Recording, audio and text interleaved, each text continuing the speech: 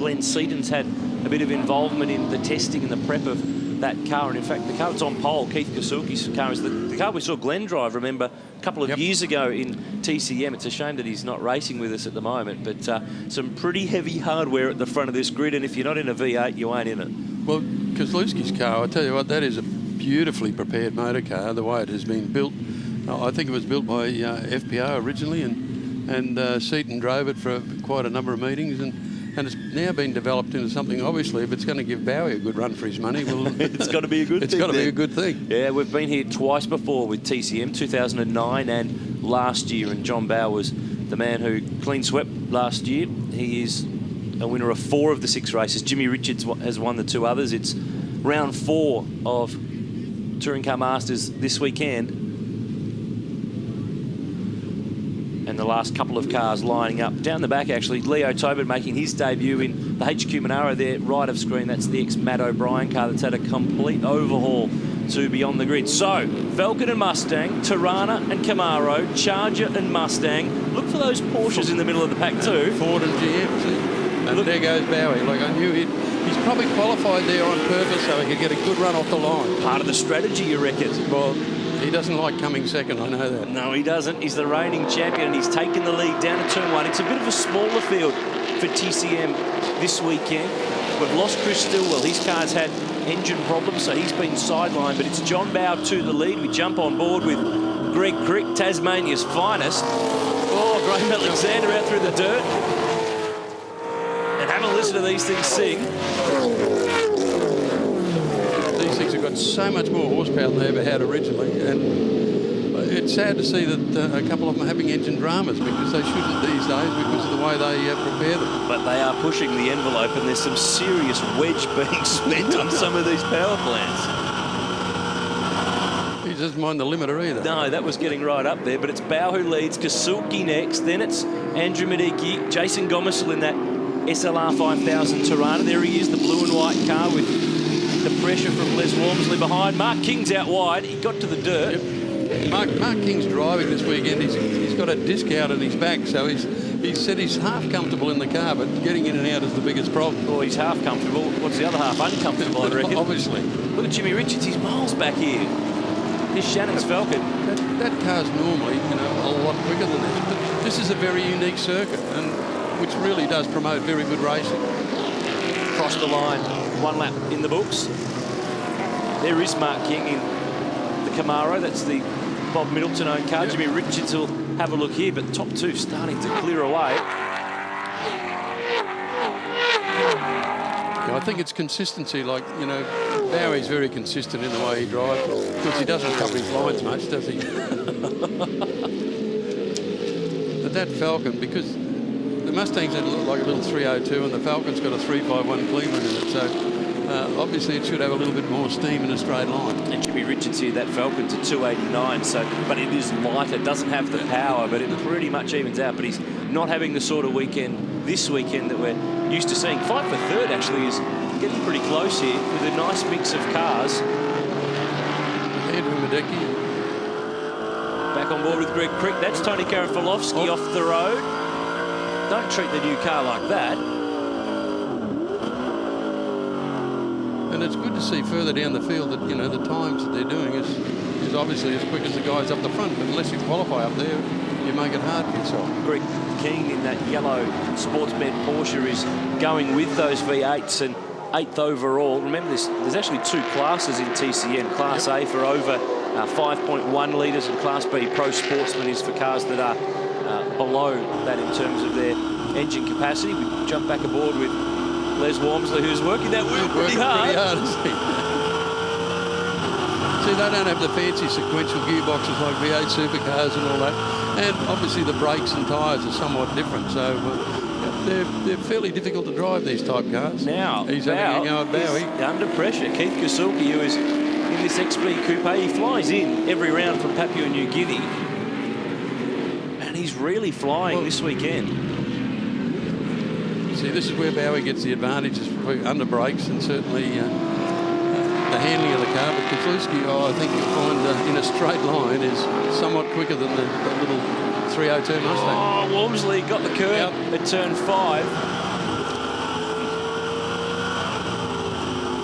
Well, gets away with it. Yep. For the moment, anyway. And he's keeping that pressure on Frick. Medecky.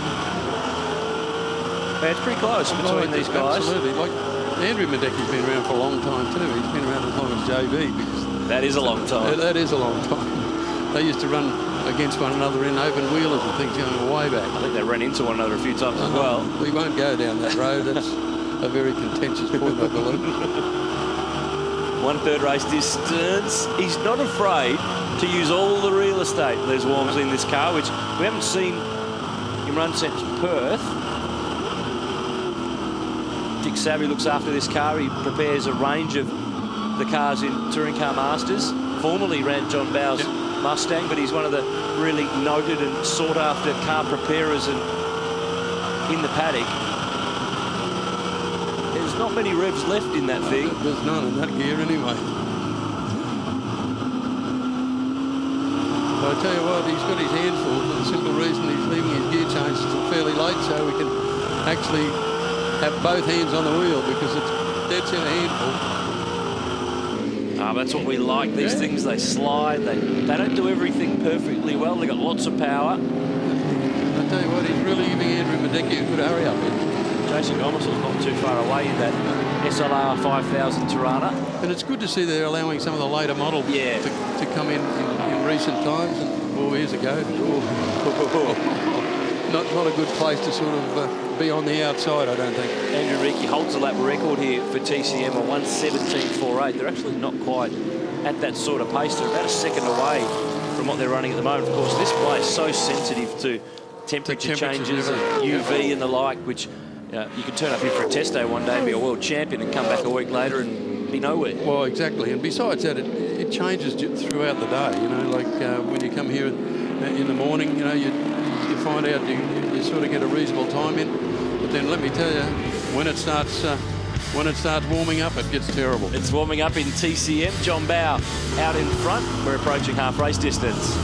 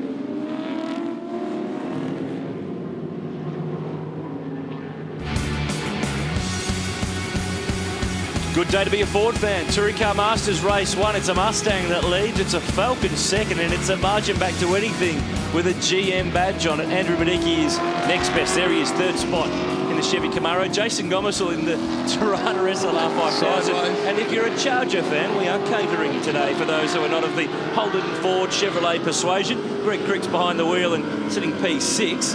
And this footwell's a bit more funkier than the Charger that you would have had in the 70s. Oh, my goodness, I tell you, when you see that, it brings back memories when you've got to keep tapping the brake pedal to make sure you've got something when you get there. Not good memories. No, not good memories, no. And things have advanced somewhat since then, too. You never drove a Charger, did you?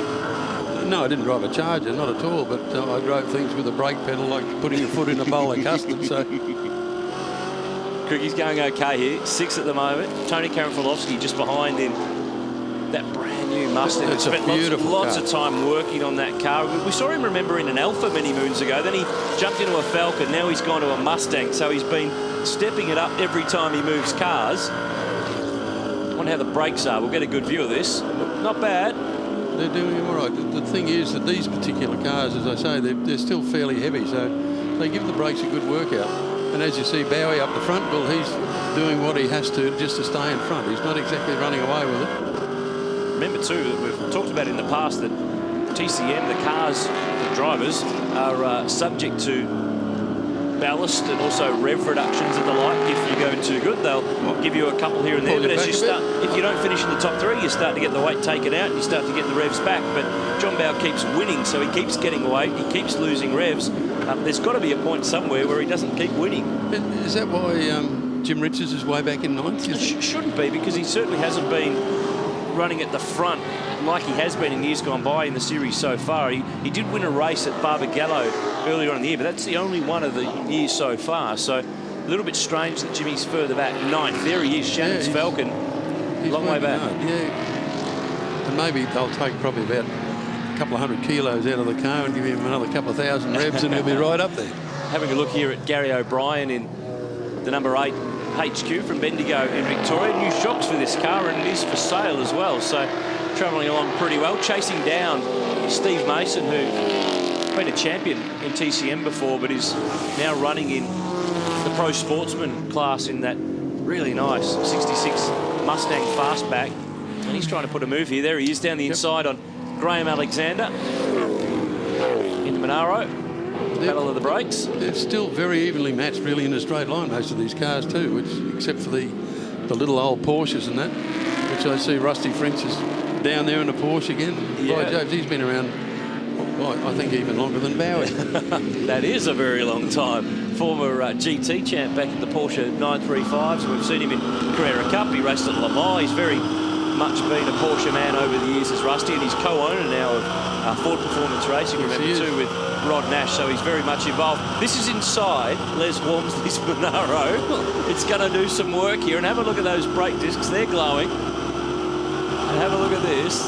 There is plenty of load going through these cars, and this track is smoother than it used to be. It is. It's only recently been resurfaced, and actually when they do resurface something like this, it really makes it a fair bit quicker than what it used to be, because they've taken out a lot of the bumps because they were really upsetting the car, especially into turn 3. And that's where we are right now as he keeps this pressure on Andrew Badicki. We're on lap 10 of 12, first race of the weekend for Touring Car Masters, and we've got a pretty busy schedule in the back half of the year. The Muscle Car Masters at Sydney Motorsport Park that they're a feature part of. They'll be with us at the Sandown 500, which that's a great venue for these cars. Bathurst, of course, the spiritual home of Aussie touring car racing, and Phillip Island in November will round out their season for 2013. So some really good tracks that suit these cars coming up. Look, Pricky's got his hands full here because I'll let you pronounce it, but... Tony Karanfilovsky? Yep. Yeah, there you go. He's looking pretty racy. He is. That is just a beautifully prepared motor car. Oh, Jason Gomersall, where are you going? Long way around. That's the very late exit, very late apex. SLR 5000 Toronto. That's one of those cars that you spoke of that they just opened up the year range for cars a year or so ago, to which basically allows more of the Aussie muscle cars in. That's William Vining Fell will be down the road and getting going again. No one's going to be on the scene there. So he's a young guy who's come into the series in that 64 Mustang this year. Sideways. Tony Karafalowski not afraid to use up this car. Absolutely. Once upon a time was an alpha man, but this is a step up. Well, he's got twice the amount of cylinders his alpha had. Probably about 5 times the speed down the straight as well. But it's like an arm wrestle at the moment. No one's really got enough to do anything about the guy in front. Bowie seems to have everything under control, and because the Falcon's a lot heavier vehicle, I think you'll find over a race distance it will sort of fall off the pace a little bit. And we talk about weights. John Bow's Mustang at the moment is 1,680 kilograms for that car. They're a big car still. Yeah, and he's still, because it's, you know, weighted down that much, obviously it's slowed him down somewhat, but at the end of the day, he still finds ways of winning, doesn't he? Yeah, he does. He's been a champion just about everything he's driven. Open wheelers, touring cars with your team, the 95 Australian touring car champ. Couple of wins at Bathurst between you two. One of the dream team combos of Aussie motor racing, and he's still going. We're not going to get him to ever stop racing, No, are we? I don't. 11 years of it I had with him. And you paid him for it too. He would always say not enough. But he's on the last lap now, and he's obviously just having a fairly bit of a cruise, I would suggest. As much as we joke about it, that was a really good partnership that really gave you lots of wins, lots of poles, and lots of good times too. Fantastic times, you know, and he's still a really good friend. And he's still running with number 18. Oh, yeah, he won't give that up. He's the champion. He's allowed to run number 1, but he doesn't run 1. No. Oh, well, if you're on a good thing, you stick with it. And He did one year. He did one year. He did. In 96 he did. He did. Worked really well at Phillip Island for him, didn't it? Yeah, well, not. Ended up in the scenery there, but he's on his way home here to kick off the weekend for Touring Car Masters in the style that he's becoming accustomed. He clean swept the last round at Hidden Valley in Darwin. He's won plenty of races at this place in the past as well, and he's the championship leader. So he'll extend the margin. Another 60 points in the kit bag for John Bow. The Hall of Famer picks up another race win in TCM at Queensland Raceway.